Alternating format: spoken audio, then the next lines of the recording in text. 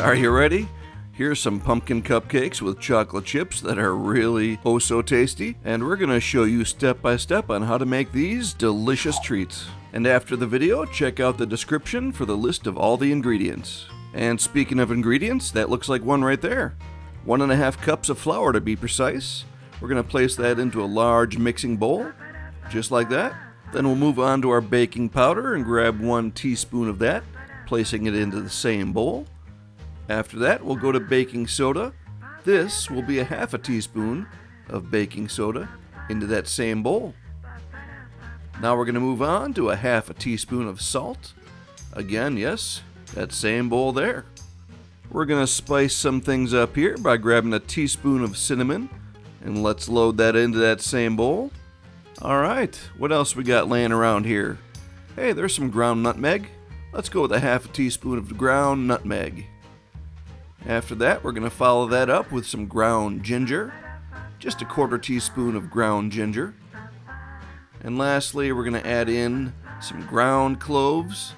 Let's go with another 1/4 teaspoon of ground cloves. At this point, Julie is going to pick up that whisk, and she's going to give this a good thorough mixing and whisking that up nice and thoroughly with all those dry ingredients.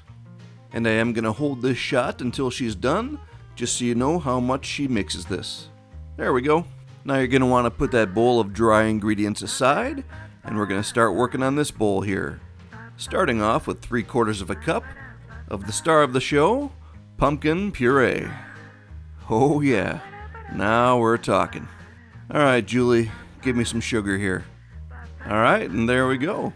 There's 1/2 cup of sugar, which goes right into the puree bowl, just like so. And we're going to follow that up with 1/2 cup of brown sugar, which is a packed 1/2 cup of brown sugar. And when we were shooting this, Julie said she had to burp the brown sugar, and I was like, what? So she showed me how to burp brown sugar. She said burping is very important. Heck, I've been telling her that for more than 25 years. Alright, we're going to move on to 1/2 cup of vegetable oil, which I don't think you have to burp. And we're going to mix this around nice and thoroughly, getting all these wet ingredients fully incorporated with each other. Alright, now we're going to have a bit of a race. See if you can hit that subscribe and like button before Julie is done mixing. Your prize? A bunch more recipe videos like this one. We appreciate it. Alright, next up we've got 2 large eggs. We've got these sitting in a bowl that our daughter Gracie made in her pottery classes. Now you can see here I panned to the other egg and Julie says nope, we've got to do 1 egg at a time. So you want to mix 1 egg in thoroughly before you bring in that second one. Julie brings in the big guns of the whisk just to make sure that it's fully mixed in, and then she'll grab that second egg and do the same. And there we go.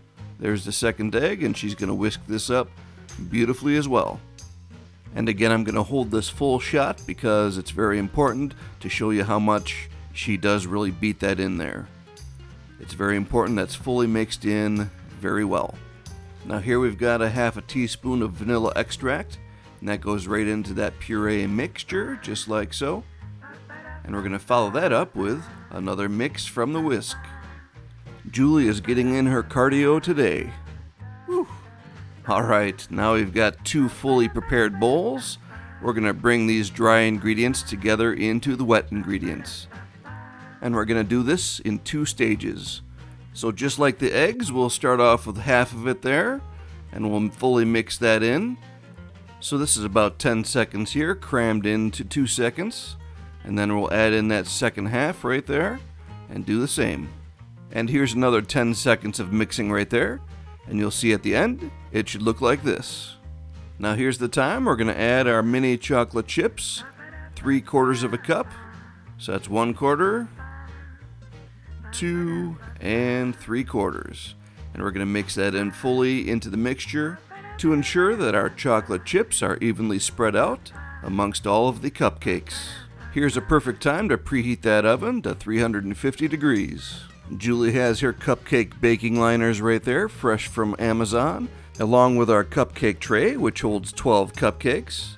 We'll put 1 liner into each one of the spots. There we go. And Julie really likes these liners, so we're going to put those in the description as well. At this point here, Julie uses a cookie dough scoop and puts 2 scoops into each one of the liners. Just look at her go. And you can see it comes out to be just about the perfect amount, using the 2 scoops for each of the liners. There's the last one, just a little bit left over, which can be evenly distributed as you see fit, just like that. And here's a quick look at our completed liners right before they go into the oven. And our timer just went off for our oven to be fully preheated, so it's time to go in. So these will go on to that middle rack, and we'll set the timer for 20 minutes at 350 degrees.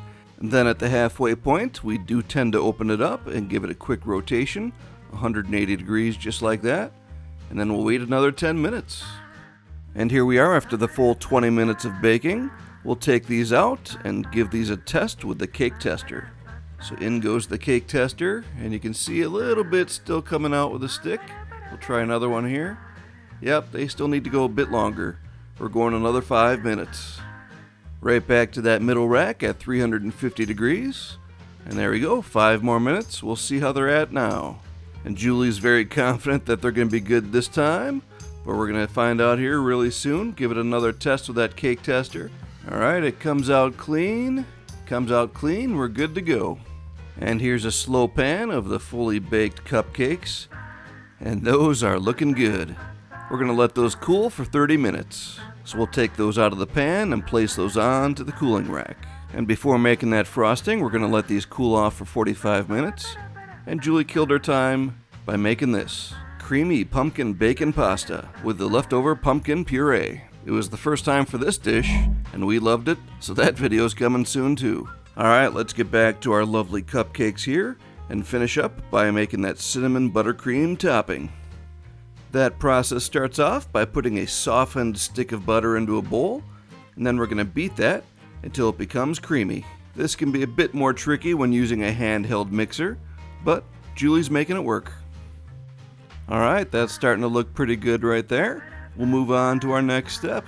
So here we've got a full cup of powdered sugar, and we're going to gradually mix this in, beating it slowly each time we add a little bit more. And in our case here, Julie did this in 3 stages, so you're going to see her add the last stage of that powdered sugar. There's the rest of it, and a bit more mixing. And keep that powdered sugar standing by, because we're going to have to add another cup soon. But before that, we've got a few other things to add, starting with 1 teaspoon of cinnamon right into the bowl. And we're going to follow that up with a half a teaspoon of vanilla extract right into our mixture there. And lastly, we're going to follow that up with 2 tablespoons of heavy whipping cream. There's 1, and there's number 2.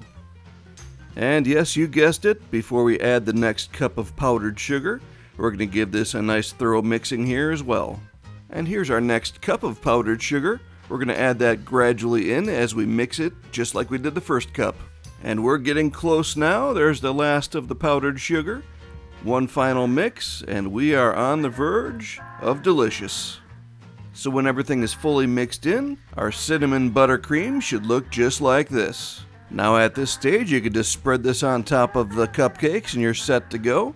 But in this case, Julie is going to use her Wilton cake decorating pastry bags for a little bit nicer presentation. She has her decorating tip selected and loads in that cinnamon buttercream frosting into the bag, and then you can do the decorating from there. She's going to get started here with a simple spiral design, but this is actually a fantastic time to bring in any of the kids and help them decorate as they please. These are the pastry tips that we use when we're decorating our Christmas cookies every year. These offer a lot of variety and approaches for decorating. Have fun with this. And you can check the description for a link to this product as well. Then you can add your mini chocolate chips on top. Be sure to check out our apple cider donut video right here. And we would be so honored to have you as a subscriber. Thanks for watching, and God bless.